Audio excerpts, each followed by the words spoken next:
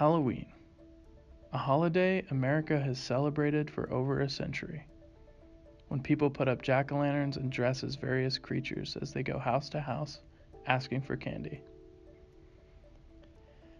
These strange yet accepted practices come from a culture long gone, when Halloween was much different.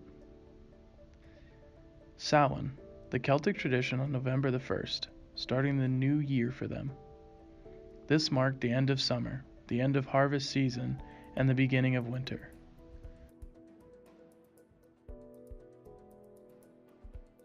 This date was associated with human death.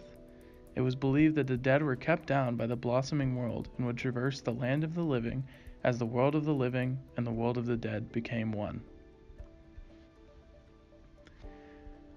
To commemorate the events, Druids would build large bonfires, and everyone would come to burn crops and sacrifice animals to their deities. They would tell each other's fortune as they danced around fires with costumes made of animal parts. This tradition contributes to the costumes we wear today.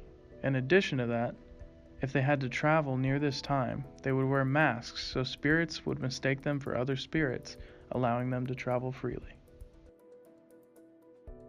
Before Christianity had reached the Celtic lands, Rome conquered a majority first. This led to more blending of traditions. Rome celebrated Pomona around this time of year, celebration of the goddess of fruit and trees.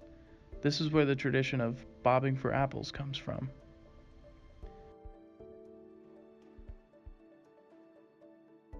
As time passed, the Catholic Church reached the Celtic world, and All Saints' Day, otherwise known as the Feast of All Saints, was celebrated on November 1st. Pope Boniface IV started this tradition by consecrating Rome's Parthenon to the Virgin Mary and all Christian martyrs on May 13th. But, in 609 AD, this holiday was moved by Pope Gregory III to November 1st. By the 9th century, Christianity needed to integrate the Celts. The Church made November 2nd All Souls' Day. This was so the Church could replace the Celtic tradition Samhain with a holiday that was sanctioned by the Pope. The mix of these holidays became an accepted tradition.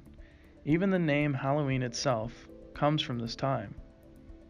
The word means hallowed evening, which comes from Scottish terms, meaning Hallows Eve, the day before All Saints' Day.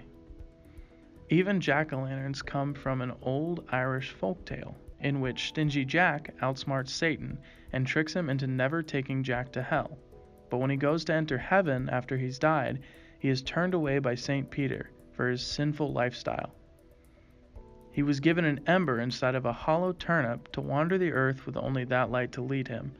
This light was also to warn those living to stay away from him. Over time, the lantern changed from turnips to pumpkins, from warding spirits to having a fun activity before Hallows Eve.